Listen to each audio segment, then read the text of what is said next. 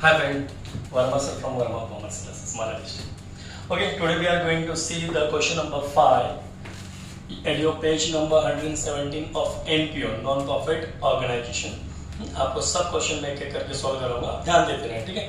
हाँ, लेकिन ऐसा है कि आप हो सकता है टेक्स्ट बुक को अपने पास रखा करो, क्योंकि टेक्स्ट बुक को सामने रखो तो क्वेश्चन आपको देखने को मिलेगा। क्योंकि यहाँ पे मैं इस बार क्वेश्चन नहीं लिखा हूँ, क्वेश्चन बड़ा है इसलिए लिखने को नहीं जम रहा मेरे को। तो आप क्या किया करो, हमेशा जैसे क्लासेस में बच्चे लोग टेक्स्ट बुक रखते हैं सामने, वैसे सामने रखा करो और समझ जाएगा, कोई प्रॉब्लम नहीं रहेगा, ठीक है।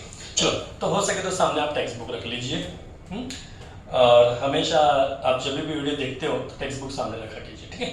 तो आपका क्वेश्चन नंबर 5 देखो, भारतीय कला केंद्र Solapur give the following information for the year 31 मार्च 2018। उसके बेस पे आपको इनकम एक्सपेंडिचर अकाउंट बनाने को बोला, खाली बस बोलता है सिर्फ इनकम और एक्सपेंडिचर अकाउंट बनाओ, बैलेंस शीट बनाने को बोला नहीं है, ठीक है। तो अभी मैंने शायद ऑलरेडी ड्रॉ करके रखा है बैलेंस शीट, बट उसने बैलेंस शीट बनाने को आपको बोला नहीं है। हाँ, अगर बनाने को बोल भी दिया तो मैं थोड़ी बना के दे देता हूँ, कोई प्रॉब्लम नहीं। क्वेश्चन में तो ओनली इनकम एक्सपेंडिचर अकाउंट बनाने को बोला है, तो वो तो बना दिया हमने। समझ, ये क्वेश्चन को एग्जाम में सामने वाला बोलता है कि आपको इनकम एक्सपेंडिचर भी बनाना और बैलेंस शीट भी बनाना, तब कैसा होगा, तभी भी मैं सॉल्व करेंगे, ठीक है। तो क्वेश्चन को थोड़ा सा चेंज कर देते कभी, ठीक है। इसलिए हम लोग जानबूझ के बैलेंस शीट बना देंगे। आपको इनकम एक्सपेंडिचर चाहिए तो आप इनकम एक्सपेंडिचर पे आपका आंसर आ जाएगा जो टेक्स्ट बुक में दिया है, और आपको एक्स्ट्रा चाहिए तो एक्स्ट्रा भी आ जाएगा बैलेंस शीट पे, ठीक है, कोई बात नहीं। हाँ चलो, अभी आगे की बात करते हैं हम लोग। तो आपको रिसिपेंट पेमेंट अकाउंट 31 मार्च 18 का दिया।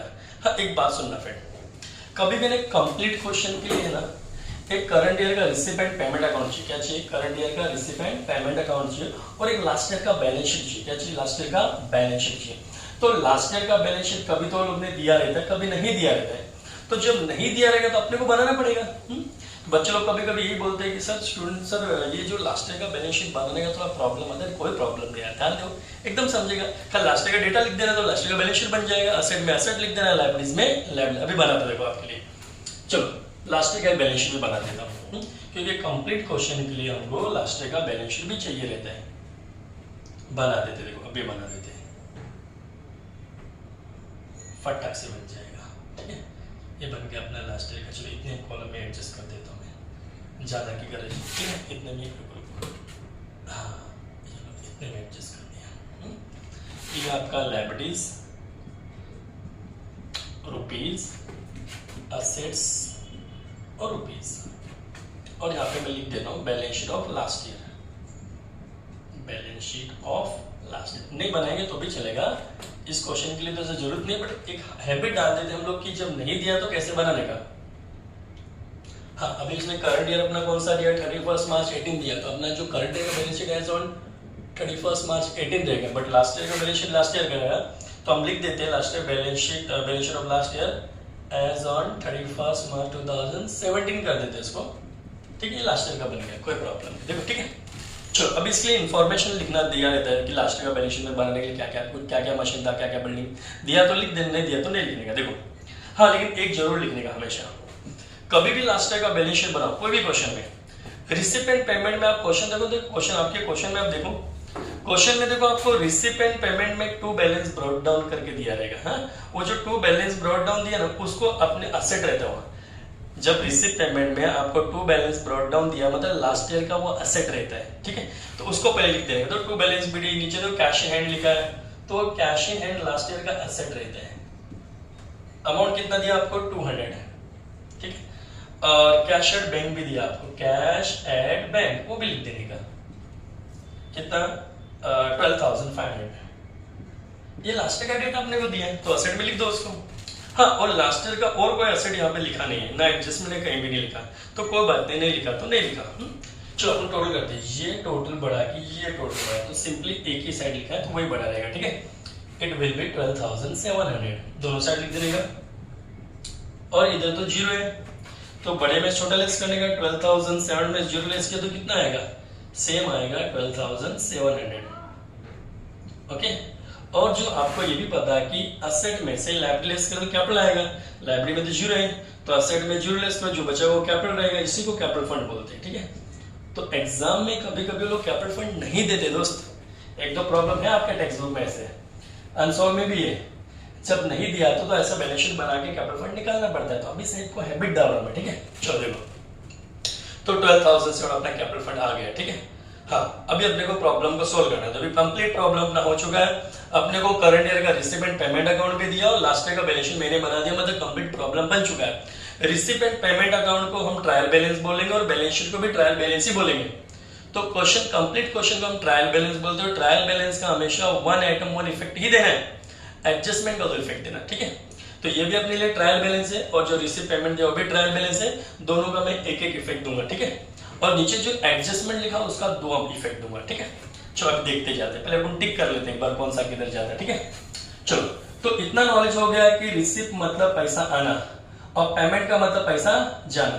जब रिसीव मतलब पैसा आएगा तो इनकम होएगा और पेमेंट मतलब पैसा जाएगा तो वो एक्सपेंडिचर रहेगा। देखो दो बातें होती है, रिसीव साइड में पैसा है, रिसीव साइड में अगर कोई आइटम दिया रहेगा या तो वो इनकम रहेगा या फिर लायबिलिटी रहेगा, और पेमेंट साइड में कोई दिया रहेगा या तो हमने एक्सपेंस किया, खर्चा किया, या कोई असेट खरीदा है, या तो हमने एक्सपेंस किया, जैसे अभी सैलरी एक्सपेंस बोला या सैलरी बोला तो एक्सपेंडिचर। उसी साइड में अगर फर्नीचर बिल्डिंग लिख दिया तो असेट चला जाएगा दोस्त। तो पेमेंट साइड में दो बातें होगी, या तो वो एक्सपेंस रहेगा या फिर असेट रहेगा।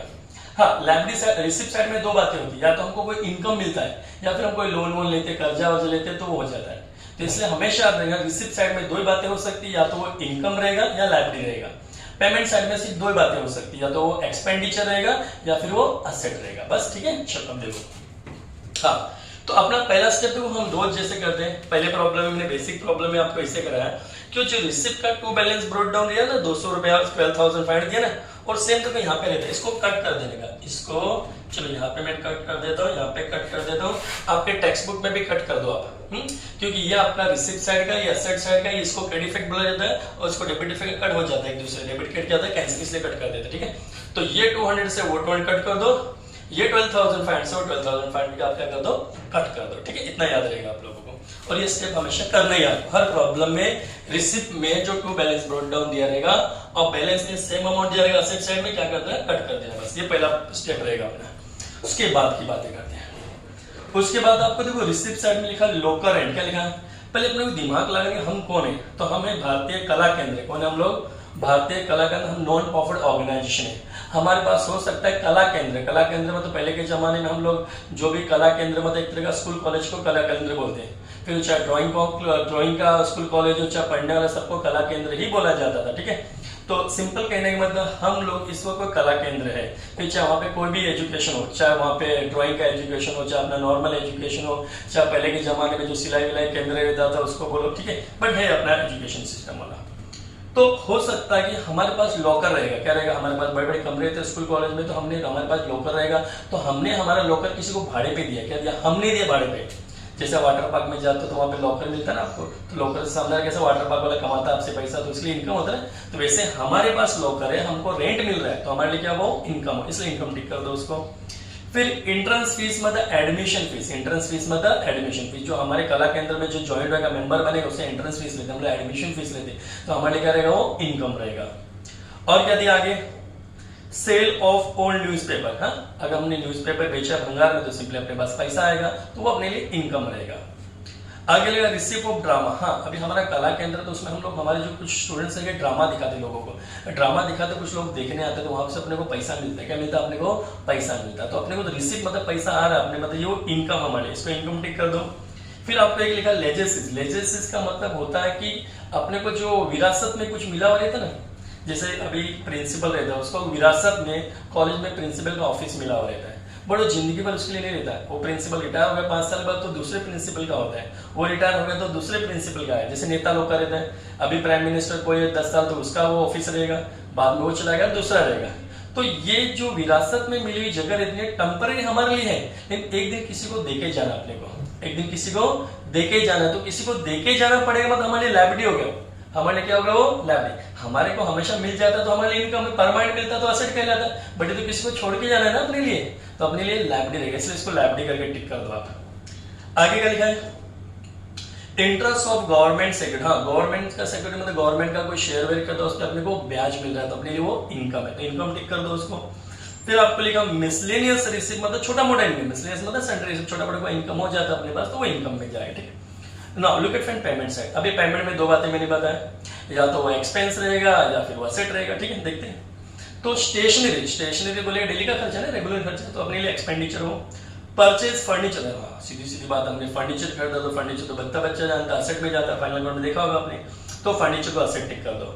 फिर आगे लिखा इन्वेस्टमेंट इन गवर्नमेंट, इन्वेस्टमेंट हमने गवर्नमेंट के शेयर वेयर खरीदे, उसको बेच के पैसा मिलता है, तो अपने लिए वो असेट रहेगा, जिस चीज को बेच के पैसा मिले वो असेट है। आगे एक्सपेंस ऑफ ड्रामा, अभी ड्रामा के लिए हमने खर्चा भी किया, लोगों को ड्रामा दिखाएंगे तो ड्रामा के लिए हो सकता है हमने कुछ ड्रेस लाया होगा पहनने के लिए, कुछ थोड़ा मोटा खर्चा भी सजा वजा होगा, थोड़ा ऐसा उसके बीच में खर्चा होता है, हमारे वो एक्सपेंडिचर रहेगा। पोस्टेज में लेटर वेटर लिखने का खर्चा जो रहता है, पहले का डाकघर का खर्चा, पोस्ट ऑफिस का खर्चा, उसको पोस्टेज बोलते हैं, हमारा एक्सपेंडिचर रहेगा। लोगों को इनवाइट देते हैं ना, इन्विटेशन कार्ड देते, भाई आओ हम लोग ड्रामा कर रहे हैं, तो खर्चा देते हैं पोस्टेज, ठीक है ना। आगे बोलता है मैगजीन एंड न्यूज़पेपर, तो सीधी बात, हमने न्यूज़पेपर लेके आए तो लोगों को पढ़ने के लिए मैगजीन लाते, तो हमारा खर्चा हुआ एक्सपेंडिचर। फिर आगे बोला सैलरी, अभी जो हमारे पास स्टाफ रहेगा उसको सैलरी तो देना पड़ेगा, तो भी एक्सपेंडिचर। फिर बैलेंस शीट में तो इतना पैसा बच गया, देखो रिसिप्ट मतलब इतना पैसा आया, पेमेंट मतलब इतना पैसा चला गया, बैलेंस मतलब इतना पैसा बच गया, तो जो पैसा बच गया हमारे लिए असेट। हम नॉन प्रॉफिट ऑर्गेनाइजेशन है, हम कला केंद्र है, हमारे पास कुछ पैसा आया था, पेमेंट मतलब कुछ पैसा चला गया था, बैलेंस मतलब इतना पैसा बच गया, तो जो पैसा बच गया वो हमारा, इसलिए उसको क्या लिखने का असेट। हर प्रॉब्लम में हम देख रहे हैं, मैंने each and every problem, first problem second जितना भी मैं सॉल्व करवा रहा हूँ सब में बैलेंस शीट रहता है, तो इसलिए जो भी बैलेंस बच जाएगा हमारे लिए क्या रहेगा, असेट रहेगा, ठीक है। चलो अभी नीचे आ जाए तो एडिशनल इंफॉर्मेशन दिया, एडिशनल इंफॉर्मेशन को हम एडजस्टमेंट भी बोल सकते हैं और इंफॉर्मेशन भी बोल सकते हैं, ठीक है।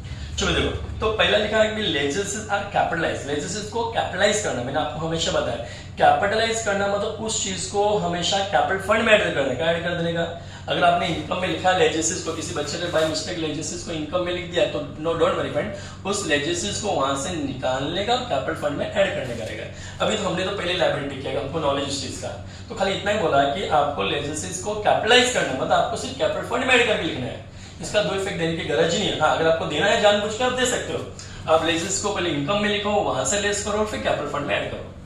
बट जब पता है सामने खुद ही बोल रहा है कि कैपिटल फंड में ऐड करो, डायरेक्ट कैपिटल फंड में ऐड कर दो, क्या प्रॉब्लम होता है। आगे फिर लिखा आउटस्टैंडिंग सैलरी 200, फिर लिखा 50% इंटरेस्ट फीस कैपिटलाइज। चलो तीनों एडजस्टमेंट पहले कर लेते हैं। हमेशा मैंने हर क्वेश्चन में बोला है कि पहले ट्रायल बैलेंस पुट करने का कि एडजस्टमेंट सॉल्व करने का, तो आपको हमेशा याद रखना है कि अपने को एडजस्टमेंट पहले सॉल्व करना है, टॉपिक को इजी बनाने के लिए, ठीक है। चलो तो पहले एडजस्टमेंट सॉल्व करेंगे हम लोग। तो पहला एडजस्टमेंट दिया है कि लेजेसेस आर कैपिटलाइज, कैपिटलाइज करना मतलब उस चीज को कैपिटल फंड में ऐड कर देने का। चलो ऐड कर देते हैं।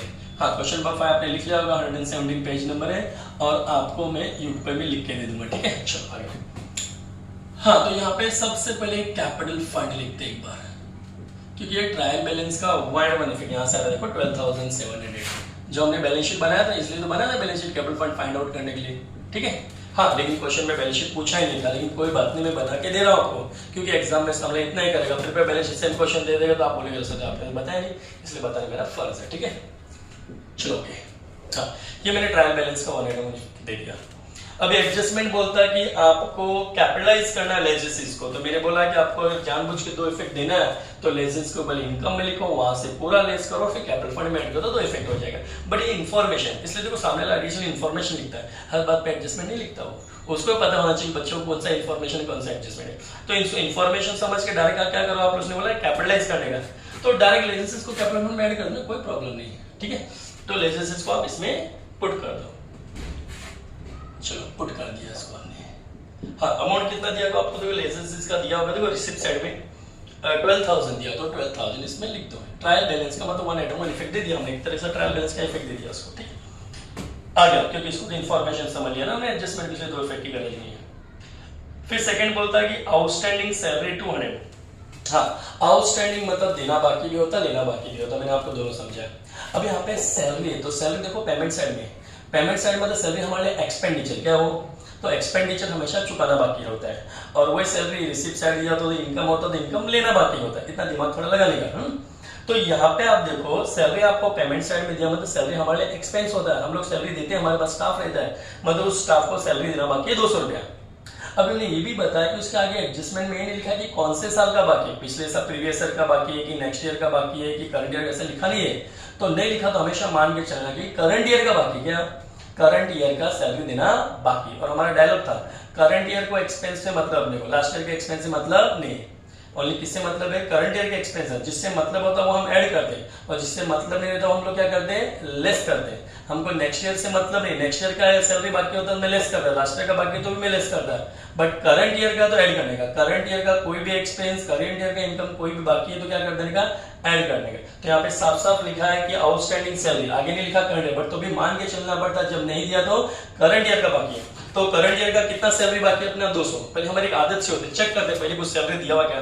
देखो जाके पेमेंट साइड में सैलरी कुछ तो दिया होगा, थोड़ा जस्ट दिया है, बाय सैलरी करके 4400 लिखा हुआ है। तो ये हमारे लिए एक्सपेंस है, इसको एक्सपेंस में जाके लिख दो टू सैलरी।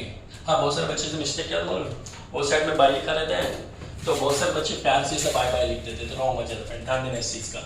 इधर टू से लिखना आपको, भले वहाँ पे बाय लिखा तो क्या हुआ।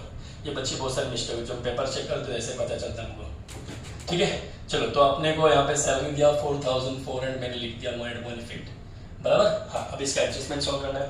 एडजस्टमेंट बोलता है कितना सैलरी चुकाना बाकी है, 200 रुपए आपको सैलरी चुकाना बाकी है। तो सीधी सीधी बात है, चुकाना बाकी है तो चुकाना पड़ेगा, यही बात है कि नहीं। और सिंपल कहने का मतलब ये दिया नहीं कौन साल का, तो इस साल का बाकी है, तो इस साल का सैलरी चुकाना बाकी है। वो इस साल का खर्चा है, अगले साल का तो इस साल का खर्चा है, और इस साल का खर्चा हम लोग लेते मतलब ऐड करते हैं, इस साल का खर्चा लेते मतलब ऐड करते हैं। और वहां पे लिखा रहता है कि पिछले साल का सैलरी बाकी, तो पिछले साल का खर्चा तो मैं लेस कर देता डायरेक्ट। वो बोलता मुझे वो तो अगले साल का सैलरी दो, अगले साल का भी नीचे, वो भी मैं लेस कर देता। अपने को यहाँ पे करंट ईयर का सैलरी बाकी, इसलिए मैं ऐड कर रहा हूँ। ठीक है, तो add outstanding salary of current year.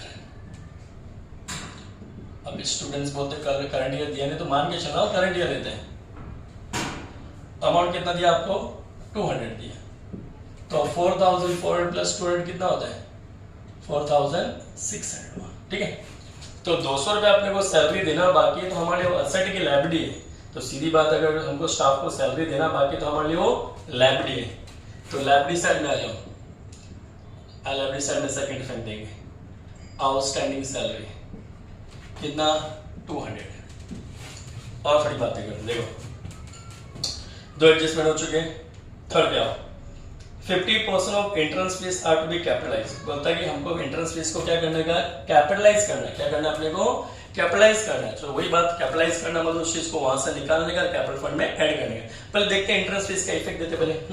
Entrance fees देखो क्वेश्चन में किस साइड लिखा है, एंट्रेंस फीस को हमने इनकम में टिक किया होगा, देखो यस इनकम में टिक किया हमने, देखो 2009। तो एंट्रेंस फीस को पहले इनकम में लिख दो बाय एंट्रेंस फीस, क्योंकि इनकम था ना, इनकम टिक किया इसलिए इनकम में लिखना पड़ेगा पहले। ट्रायल बैलेंस का एक इफेक्ट दे दो, तो ये दे दिया हमने ट्रायल बैलेंस का सिंगल इफेक्ट, बराबर। ट्रायल बैलेंस का, ट्रायल बैलेंस मतलब रिसीव पेमेंट और बैलेंस शीट को ट्रायल बैलेंस बोलते हैं, तो उसका एक इफेक्ट हमने दे दिया।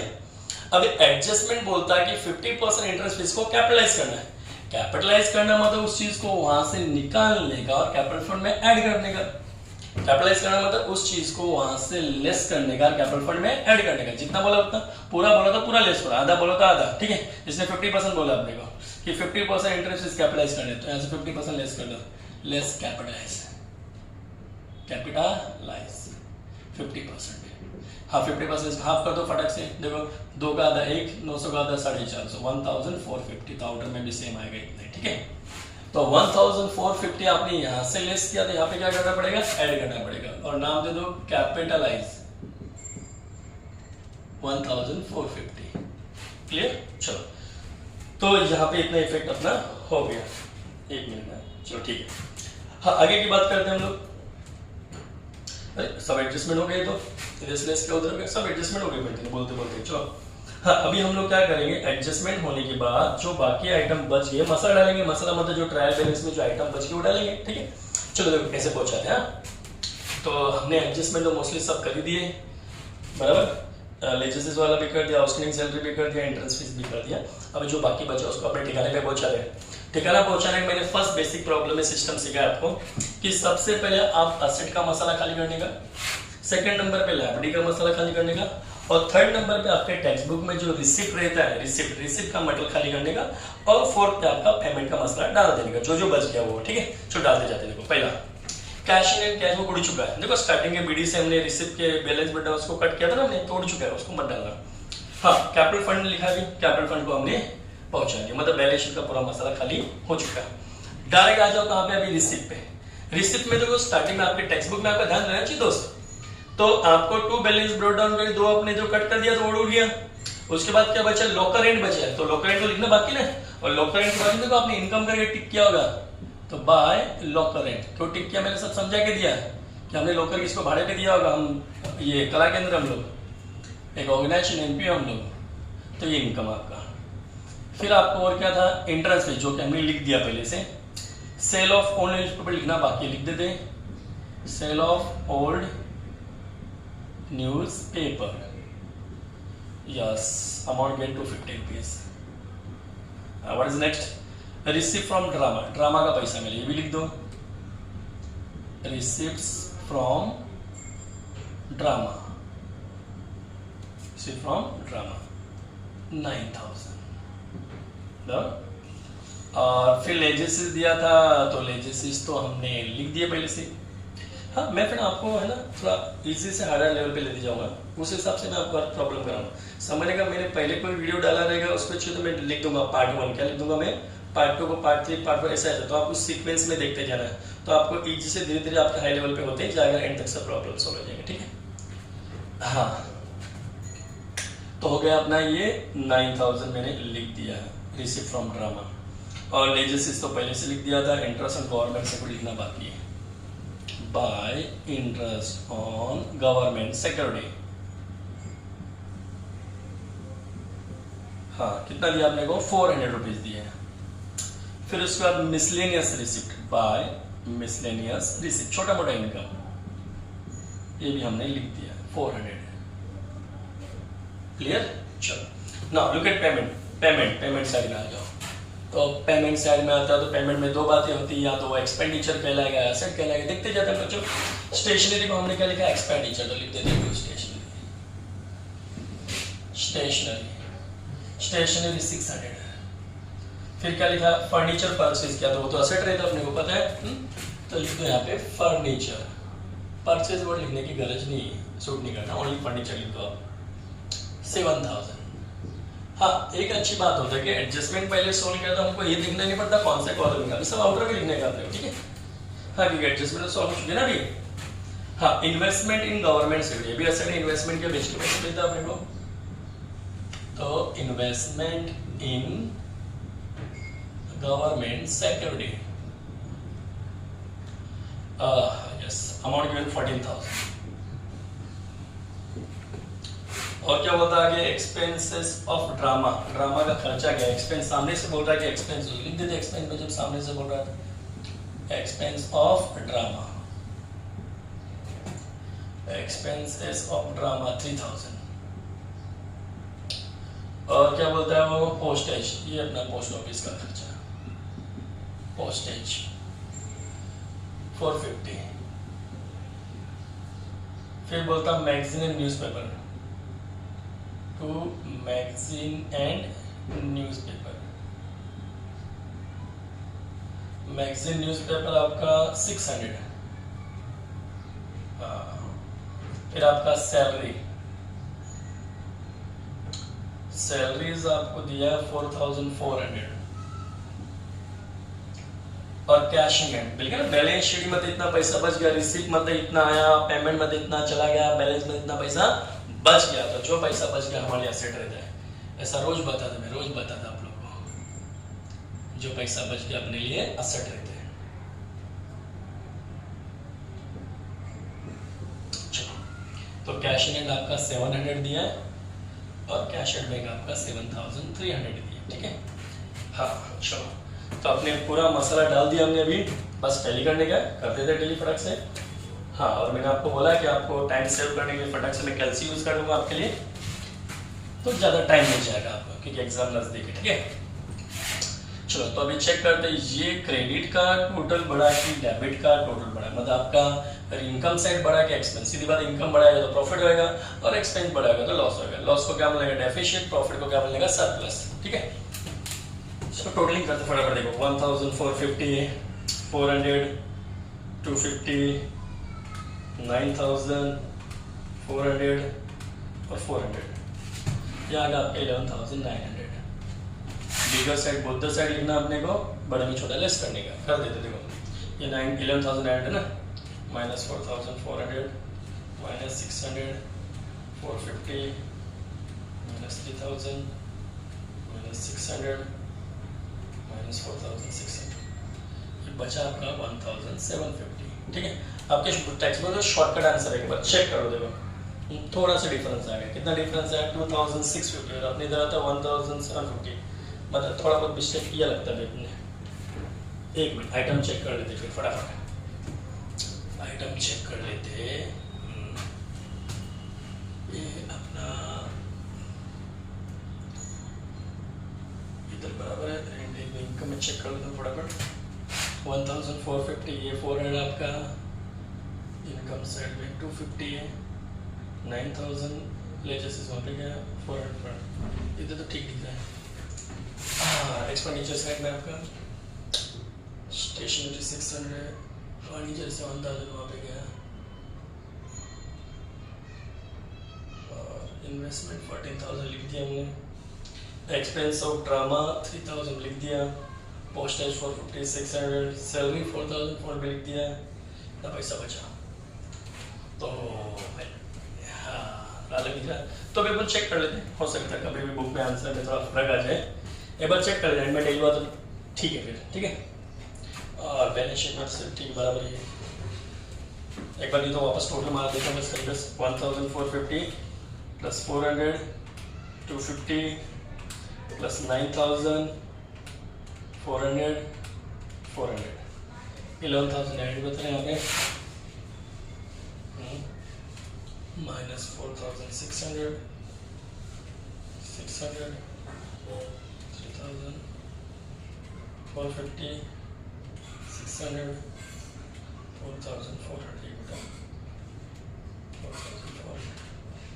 1750 बताता है। ठीक है, चेक करेंगे टेली हुआ तो करेक्ट है, तो फिर देखेंगे वापस। ठीक है, तो कभी भी कोई भी आपका इनकम साइड बड़ा रहेगा तो क्या रहेगा? प्रॉफिट। क्या रहेगा? प्रॉफिट। यहाँ पे इनकम बढ़ा है तो प्रॉफिट। प्रॉफिट को क्या बोलेगा? सरप्लस। क्या बोलेगा इसको? Surplus. Transfer to capital fund. ये जो सरप्लस है उसको कहाँ ट्रांसफर करते हैं? कैपिटल फंड में, क्योंकि बिजनेस में लगा पैसे में असर गिरेगा, जो भी फायदा नुकसान होगा आपको। तो अभी भी आपको प्रॉफिट हुआ, प्रॉफिट होने पे बिजनेस में जो लगा हुआ कैपिटल फंड है वो बढ़े घटेगा, तो बढ़ेगा, ऐड करेगा तब बढ़ेगा। तो ये अमाउंट को आपको इधर लेके आने का, सरप्लस करके। प्रॉफिट होने पे बिजनेस में लगा कैपिटल फंड बढ़ेगा, लॉस हुआ तो डेफिशिएंट बोलने का, लेस कर देने का 1750। चलो 12,700 12,000 1,450 1,750, ये 27,900 इधर का देखते हैं। इसमें 200 ऐड कर दो, 28,800 आएगा। और यहाँ पे 7,000 प्लस 14,700 7,300, ये 29, मतलब डिफरेंस है दोस्त, डिफरेंस है। हमने कुछ मिस्टेक किया, 900 रुपये का फर्क है, मतलब मिस्टेक। अच्छा, ये टोटल करते हैं अपना 9,000 प्लस 400 इतना है, दोनों साइड लिख दिया। ठीक है, बड़े में छोटा लेस करो, अपने से मिस्टेक हुआ है, ये हमने पहले लिख चुके हैं हम लोग यहाँ पे, इसको कट कर देता हूँ। ठीक है, अभी बड़े में से छोटा लेस ये हमने दोबारा लिख दिया था, इसको अपने को परफेक्ट कर दे। 1 मिनट टोटल मान देता हूँ मैं आपका 11,900 minus 4,600 minus 600 minus 3,000 minus 450 minus 600। बीच में अपने मिस्टेक क्या थोड़ा सा, अभी ये बराबर आया 2,650। ठीक है, ये एक्स्ट्रा हमने सैलरी लिख दिया था। ठीक है, हाँ, अभी ये जो 2,650 आपका जो प्रॉफिट वाला फ्रेंड, इसको इधर लिखिए। लास्ट टाइम हमने ये मिस्टेक किया थोड़ा सा, इसको ये करते हैं 2,650 सैलरी लिख दिया था हमने दोबारा। ठीक है, तो इसको यहाँ तक पहुँचा देते हैं। 12,700 12,000 प्लस 1,450 2,650, अब ये आएगा 28,800 और ये 200। हाँ, पहले टोटल हमने मारा था बट वो मिस्टेक था। ठीक है, सैलरी हमने 2 बार लिख दिया था, ये मिस्टेक था। हमने मिस्टेक फाइंड आउट कर दे कहाँ पे मिस्टेक हुई, तो सैलरी 2 बार लिख दिया। 29,000 पे टेली है। इधर देख लेते हैं 7,000 प्लस 14,000 प्लस 700 प्लस 7,300, ये 29 पे टेली है। ठीक है, ओके। थोड़ा सैलरी दोबारा लिख दिया था हमने, इसलिए मिस्टेक हुआ था, बट इसको अभी हमने करेक्ट कर दिया। ठीक है, चलो ओके। हाँ भाई, अभी ये अगले प्रॉब्लम के लिए कंटिन्यूस चैनल पे रहना। ठीक है, और उसको सब्सक्राइब भी कर दो, शेयर भी कर दो। Thank you, bye bye.